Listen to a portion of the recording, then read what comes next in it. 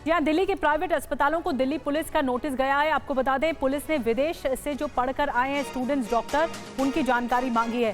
पाकिस्तान हो या फिर बांग्लादेश हो, यूएई हो या फिर चीन, एमबीबीएस करके जो डॉक्टर्स वापस आए हैं भारत में, उनकी जानकारी मांगी गई है।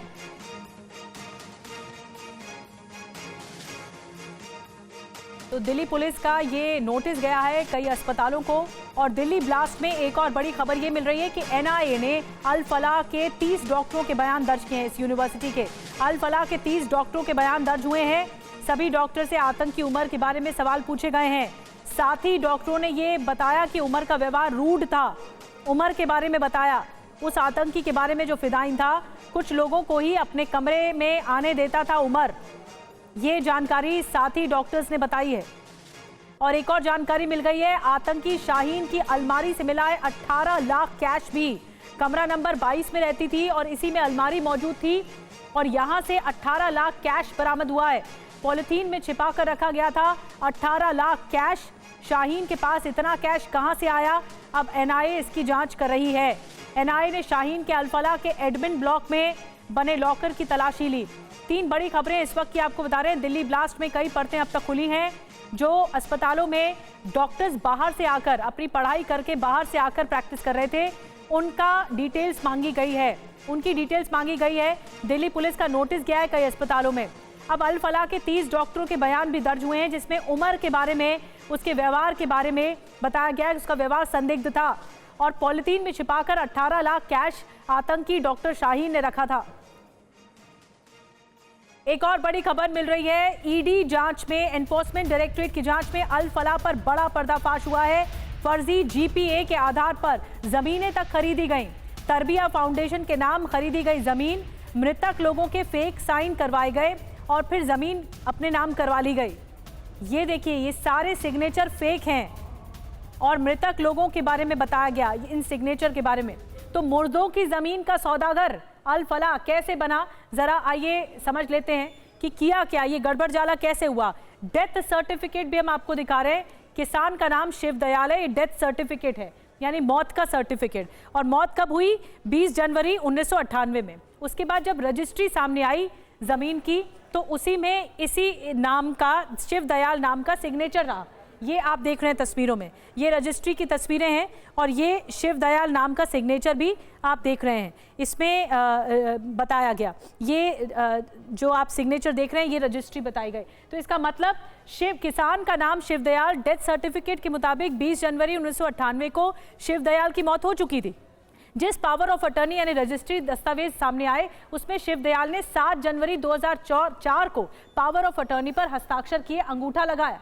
अब जो दूसरा किसान है जिसके बारे में हम आपको बता रहे हैं, वो है नत्थू सिंह। नत्थू सिंह की मौत साल 1972 में हुई, लेकिन जीएपी का जो आंकड़ा है, इस पे फर्जी साइन साल 2004 में किए गए। देखिए कैसे, साल 1972 में जो डेथ सर्टिफिकेट आया, उसके मुताबिक नत्थू की मौत हो चुकी थी। फिर उसके बाद 72 से 2004 में नत्थू जिंदा हो गया और उसका जो सर्टिफिकेट है, इसमें सिग्नेचर भी सामने आ गया। तो ये सारी चीज़ें जो है वो ज़रूर गड़बड़ जाले की तरफ इशारा करती हैं और इस पूरे मामले पर तफ्तीश की जा रही है। पुनीत शर्मा हमें और ज़्यादा जानकारी के साथ ज्वाइन कर चुके हैं। पुनीत, बहुत सारी ऐसी खबरें सामने आई हैं जो पर्दाफाश करने वाली हैं। एक तरफ 18 लाख कैश मिल रहा है आतंकी डॉक्टर शाहीन के लॉकर से, दूसरी तरफ उमर के जो साथी डॉक्टर थे वो उसके व्यवहार के बारे में बता रहे हैं कि उमर रूड था। और भी कई खबरें सामने आई हैं इसको लेकर जांच में।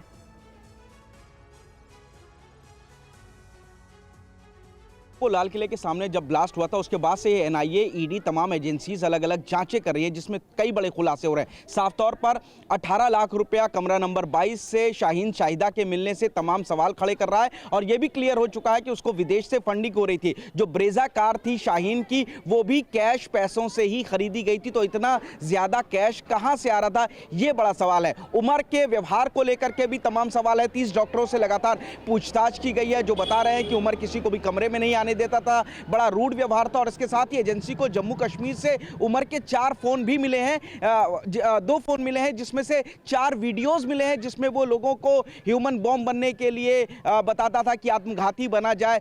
3 वीडियोस 3 से 5 मिनट के, और उनमें भी वो इसी तरीके की बातें कर रहा है। तो कुल मिलाकर ये तमाम एविडेंसेस एनआईए और जो दूसरी जांच एजेंसीज के पास है, साबित कर रहे हैं कि एक बड़ी प्लानिंग दिल्ली में ब्लास्ट को लेकर के की जा रही थी। और तीसरी तरफ एक बड़ा खुलासा हुआ कि कैसे जो सारे तार थे वो अल फलाह यूनिवर्सिटी से जुड़ रहे हैं, क्योंकि ये जो चारों अहम डॉक्टर थे, चाहे वो शाहीन हो, डॉक्टर आदिल हो, मुजम्मिल हो या फिर उमर हो, ये अल फलाह से थे। और यहाँ का जो वाइस चांसलर था जवाद अहमद सिद्दीकी, इसके भी कनेक्शन कहीं ना कहीं सामने आ रहे हैं। और अब पता लगा है कि ये मदनपुर खादर की जो खसरा नंबर 792 की जमीन थी, ये फर्जी तरीके से बेची गई। हिंदुओं की ये जमीन थी। 1972 से 1998 के बीच में जो लोग मर चुके थे, उन सभी मृतकों के फर्जी हस्ताक्षर और उनके अंगूठे के निशान के जरिए बाकायदा एक जनरल पावर ऑफ अटॉर्नी 2004 में तैयार की गई। और उसके बाद 2013 में इस जमीन का जो रजिस्ट्री है वो तरबिया एजुकेशन के नाम पे की गई। और तरबिया एजुकेशन किसी और की नहीं